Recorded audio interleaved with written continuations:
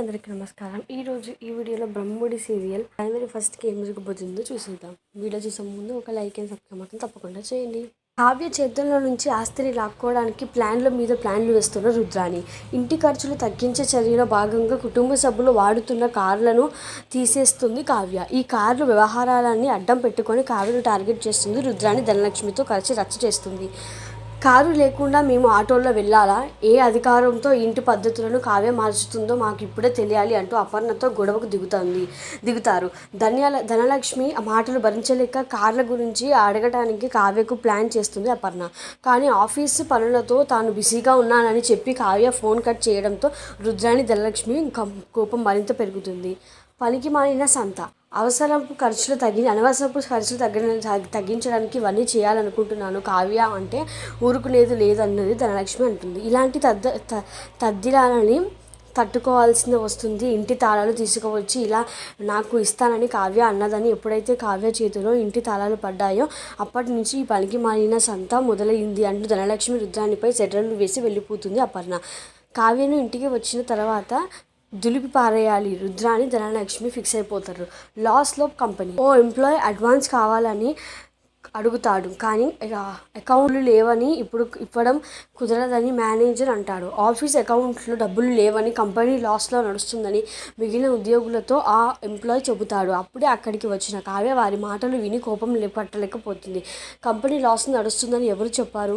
100 ఏళ్ల చరిత్ర ఉన్న కంపెనీని మీ అడ్వాన్స్ కోసం బోర్డు తిప్పేస్తుంది అని ఫైర్ అవుతుంది. జీతాలు ఎప్పుడైనా ఒక రోజు అందిస్తాము, ఆలస్యం అవుతుంది.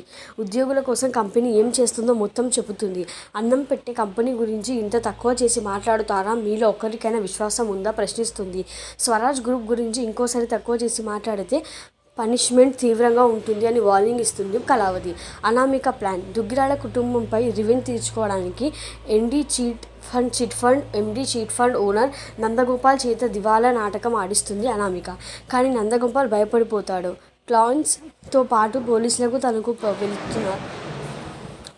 100 కోట్లు నీవే, నువ్వు విదేశాలకు పారిపోయావని అందరూ నమ్ముతున్నారు. ఆ అబద్ధాన్ని కంటిన్యూ చేయమని చిట్ ఫండ్ ఓనర్ అనామిక చెబుతుంది. ఇన్వెస్టర్స్కు డబ్బులు తిరిగి ఇవ్వడానికి బ్యాంకు వాళ్ళ ఎక్కువ టైం లేకపోవడంతో రాజ్ నుంచి ఆ సొమ్ము మొత్తం తిరిగి తీసుకుంటారు.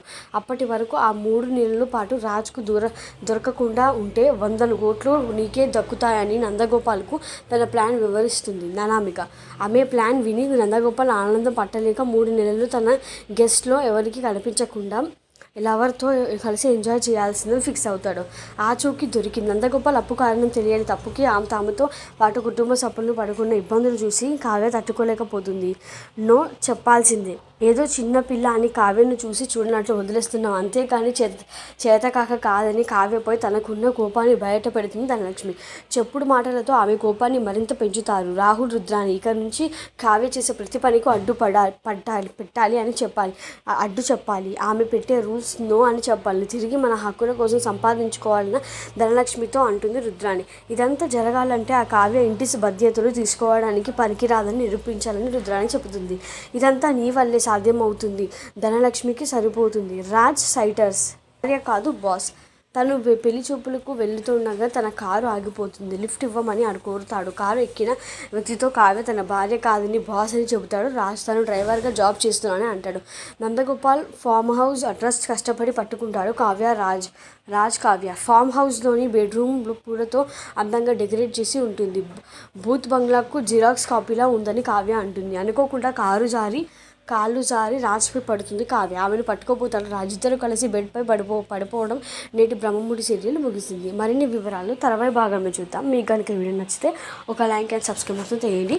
అండ్ హ్యాపీ న్యూ ఇయర్ అందరికీ. ఈ ఇయర్ మీ అన్ని డ్రీమ్స్ కమ్ టు అవ్వాలని మనస్ఫూర్తిగా కోరుకుంటున్నాను. Bye bye, have a nice day.